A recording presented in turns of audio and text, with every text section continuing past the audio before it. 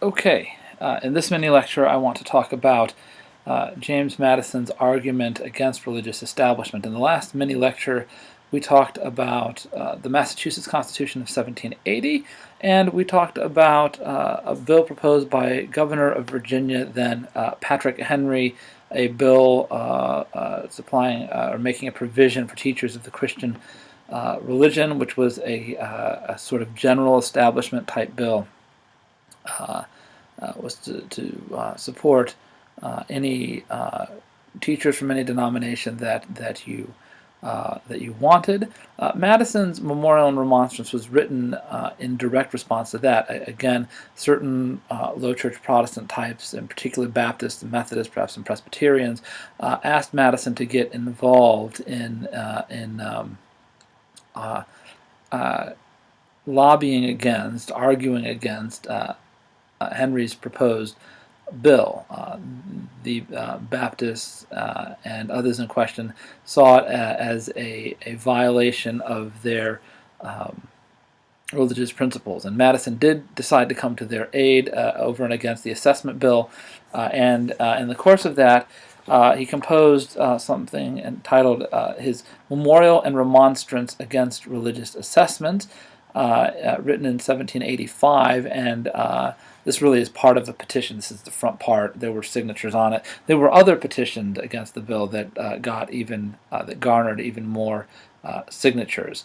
I think, however, that Madison's argument and his rhetoric and just the literary structure of the Memorial and Remonstrance is superior to the others. So it's certainly the one that historically has been remembered the most, and the PDF that you have is from the appendix to a Supreme Court case in 1947, Everson v. Board of Education of Ewing Township. And so Madison's petition, his memorial and remonstrance, has been most remembered. All right, that's going to be the first part. In the second part of the video lecture, I want to talk about, this mini lecture, I want to talk about Martha Nussbaum and interpretations of the First Amendment just a little bit before we move on. All right. In section 1, we could call this Article 1. Madison is explaining, says, we the subscribers, those who have affixed their signatures, who have signed this petition before Article 1 in the sort of the preamble here, we, having taken into serious consideration a bill printed by order of the last session of General Assembly, entitled a bill establishing provision for teachers of the Christian religion, and conceiving that the same, if finally armed with the sanctions of law, will be a dangerous abuse of power, are bound as faithful members of a free state to remonstrate against it. That is, we are remonstrating, we are saying this is a bad thing, and we are appealing to the legislature not to pass this. We're remonstrating against what they call a dangerous abuse of power and declaring the reasons by which they are determined. So then you see the articles, Article 1, Article 2, and they start with because. These are the reasons that they are remonstrating against the bill, that they are lobbying against it and arguing against its passage. So now, Article 1. Why do we remonstrate it? Because, Madison here, we hold it for a fundamental and undeniable truth. Now Madison quoting the Virginia Declaration of Rights, that religion or the duty which we owe to our Creator. The duty which we owe to our Creator is Madison's definition or specification of the meaning of religion. That religion or the duty which we owe to our Creator and the manner of discharging it can be directed only by reason and conviction, not by force or violence. Okay, it says we are affirming this tenet of religious liberty and toleration from the Virginia Declaration of Rights from the previous decade, and we remonstrate against this bill on these grounds. It's a fundamental and undeniable truth that religion and the manner of discharging it cannot be directed by force or violence, but only by reason and conviction. And therefore, the religion of every man, the religion of every man that means therefore. The religion of every man must be left to the conviction and conscience of every man, and it is the right of every man to exercise it, that is, conscience, or the right of conscience, as these, conviction and conscience, may dictate. He says then that this right is unalienable. The proper way to write that today would be inalienable, so I will often speak of inalienable rights, although much writing from the Revolutionary period renders this, as in the Declaration and here, unalienable. This is an unalienable right. To say it is unalienable means that it is a right that cannot be alienated. To say that it cannot be alienated means that it cannot be surrendered or transferred by individuals. So it is a restraint on the power of individuals. We tend to read unalienable in the Declaration and we think these are rights that can't be infringed, that cannot be infringed. That's what the Declaration is referring to. But that's not what inalienable or unalienable means, at least not in the first instance. It does entail that government ought not infringe these rights. But the first thing it says is that these are unalienable means that they are not alienatable or transferable by me to another, chiefly the others here being society or government. I cannot give to society or government the right or power to regulate religion or conscience. I cannot consent to do it. You cannot consent to do it, and therefore society and government can never come to have power over it. That's where this argument is going. All right? He says it is unalienable for two reasons. First, because the opinions of human beings depend only on the evidence contemplated by their own minds, and the opinions we hold cannot follow from dictates of others. But then there's a second reason that the rights of conscience in matters of religious worship are unalienable. It is unalienable also because what is here a right towards men, that is, towards other individual human beings, is a duty towards the Creator. The right to worship according to conscience is grounded in a prior duty. And here I see some connection to the reasoning about religious toleration in the Massachusetts Constitution of 1780. It is unalienable because what is here a right towards men is a duty towards the Creator. It is a duty first, and as a natural duty, it implies a natural right such that others ought not to infringe with it, upon it, or interfere with it. He says here, it is the duty of every man to render to the Creator such homage, and such only, as he believes to be acceptable to him. This duty to the Creator, in terms of worship, is precedent, precedes, both in order of time and degree of obligation, to the claims of civil society. It comes first. There are no claims of civil society that are logically or morally prior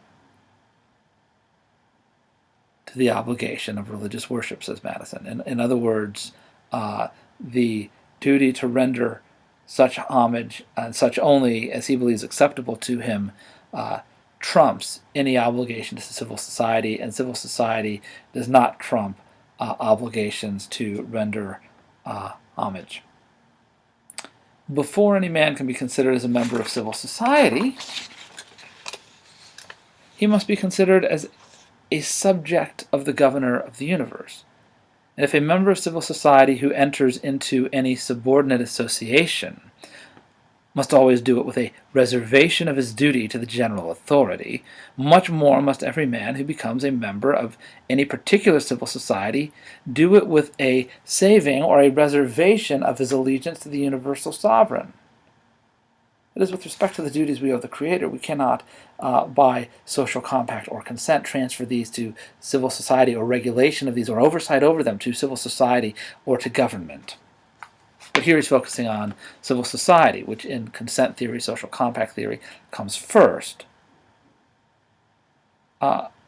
We maintain, therefore, that in matters of religion, no man's right is abridged by the institution of civil society. Civil society cannot in any way interfere with the free exercise of religion, and that religion is wholly exempt from its cognizance.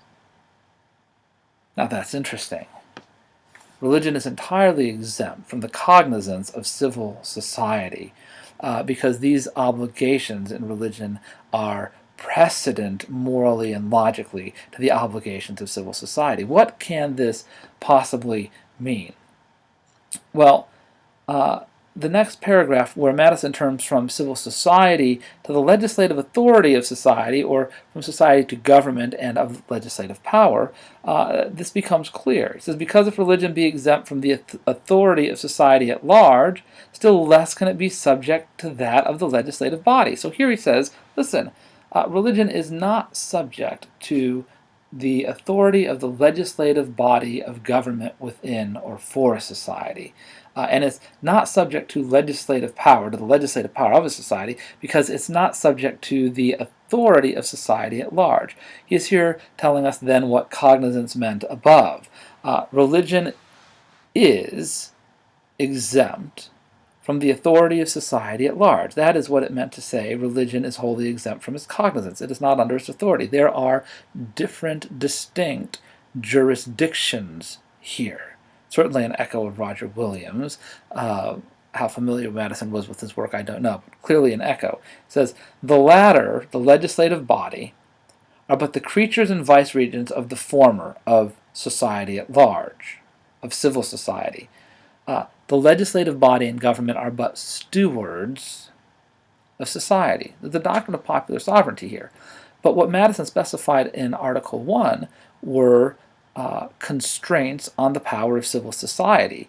And because it is constrained when it comes to religion, having no authority or cognizance over it, it cannot empower its steward, government, and that which is supreme within government, legislative power, with any authority or jurisdiction over religion. Their jurisdiction, legislative body, is both derivative and limited. It is derivative from society, and it cannot be greater than that which society has. It is limited with regard to the coordinate departments of government, more necessarily with regard to the constituents. Madison says that the preservation of free government, again quoting, not merely that the metes and bounds which separate each department of power may be invariably maintained, but more especially that neither of them be suffered to overleap the great barrier which defends the rights of the people. So it's important not merely that the powers of government be limited in relation to each other, but that government itself be limited in relation to the people as a whole, to society, and in relation to citizens.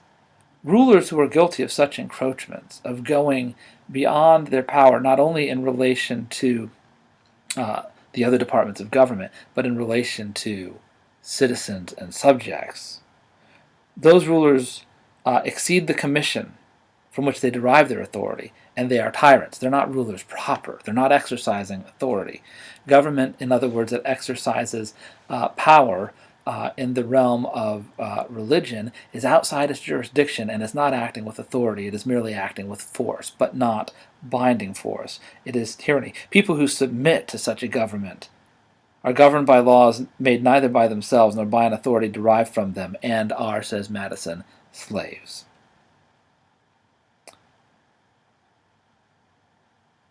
In Article 3, Madison notes, I think this point is important, he says, who does not see that the same authority which can establish Christianity in exclusion of all other religions may establish with the same ease any particular sect of Christianity in exclusion of all the others. Here he's speaking about what we described last time, the distinction between a specific establishment and a general establishment. Virginia had a specific establishment. It moved to a general establishment. Some other states had general establishments as well. And Madison says, listen, the arguments against a specific establishment also support not having a general establishment. In other words, the arguments that say we ought not have an Episcopal establishment or a Presbyterian or a Baptist establishment also entail that we ought not to have a general Christian or general Protestant establishment. Madison then turns to equality, entering equality on equal ground. Entering civil society on equal grounds. Martha Nussbaum makes a big deal of this. The question that I want to pose to you, though, is whether perhaps the first two articles are essential to Madison's argument. I think that Madison believes they are. I think there's a good case that they are, though you may disagree. That's fine. It's an argument for to be worked out and to be thought about. But I believe that Madison thinks those two paragraphs are essential to his argument, and that the fourth article doesn't stand by itself. He's not making an argument against religious establishment merely from the fourth article. He is making an argument against religious establishment building on premises from religious toleration, saying that religious liberty and religious toleration require not having an establishment, either a specific or a general establishment. Given religious liberty, we ought not to have a religious establishment, but the ground of religious liberty is to be found in the rights of conscience, and the rights of conscience were grounded in the sacred duties of conscience, and the premises there seemed to be religious or theological. Again, is there the possibility of constructing a non-religious argument for religious toleration? Nussbaum hopes that there is. It's not clear that Madison thought such an argument was possible.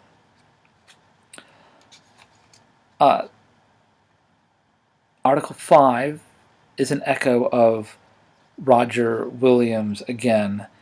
The bill that Patrick Henry has proposed, establishing a provision for teachers of the Christian religion, implies either that the civil magistrate is a competent judge of religious truth, or that he may employ religion as an engine of civil policy.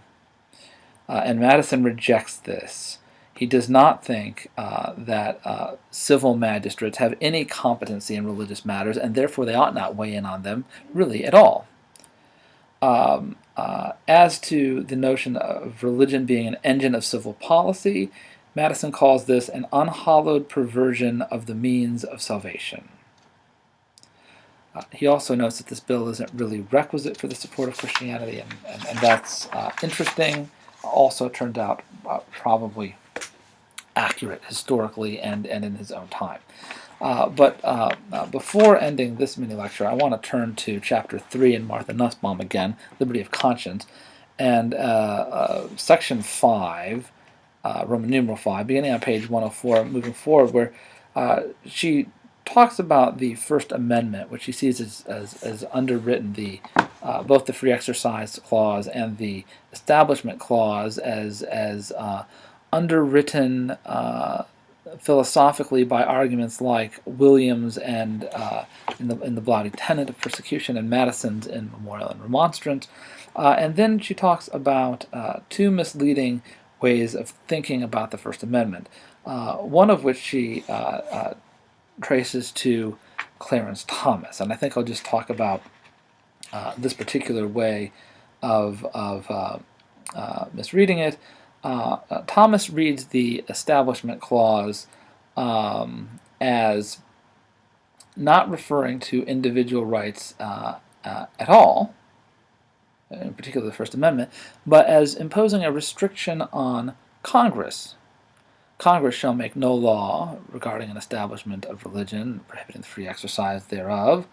And of course, this left states free to establish their own churches to establish religion for themselves, general or specific. And so, on Thomas's reading of the First Amendment, there's nothing wrong with the state establishment. What the First Amendment to the Constitution does is to prohibit any kind of national establishment or national church. And the reason to prohibit a national church is to allow or to protect state establishments. And Nussbaum rejects this. She thinks the argument underlying the free establishment clause, the free exercise and the establishment clause, is such that it rejects the establishment of religion per se. And so when we get incorporation of the First Amendment against the states via the 14th, for her this is just a matter of consistency in the American tradition of religious liberty. She also talks on page 109, the second false doctrine, which she attributes to then Chief Justice William, late, she wrote this just after he passed on, Chief Justice William Rehnquist. And Rehnquist says the Establishment Clause rules out any preferential establishment of religion, but it's okay with non-preferentialism. That is, the Establishment Clause does not rule out a general blanket endorsement of religion or of general financial aid to religion. It just rules out preferring one religion over another. That's Nussbaum on Rehnquist. And part of the argument in our book, especially chapters 1 through 3, is to say that Thomas and Rehnquist's reading of the First Amendment clauses, especially the Establishment Clause, is contrary to the American tradition of liberty of conscience and religious liberty, in witness whereof Williams and Madison.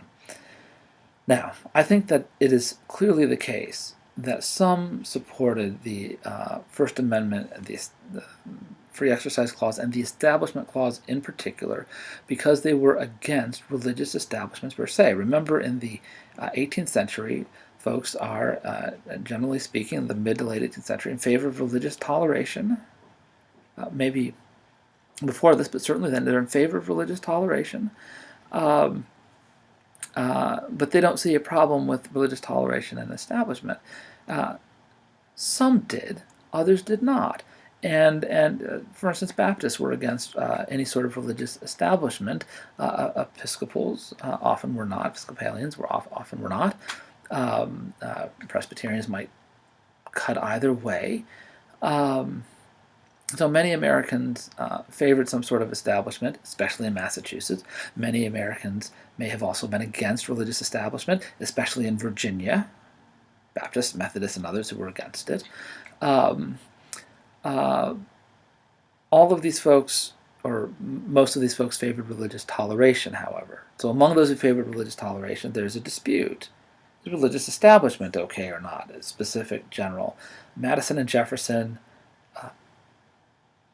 together with many Baptists and Methodists in Virginia, say no, religious establishment is not. Adams, others in Massachusetts say yes, it's fine. So, how are we to read the First Amendment? Are Thomas and Rehnquist clearly wrong and Nussbaum clearly right?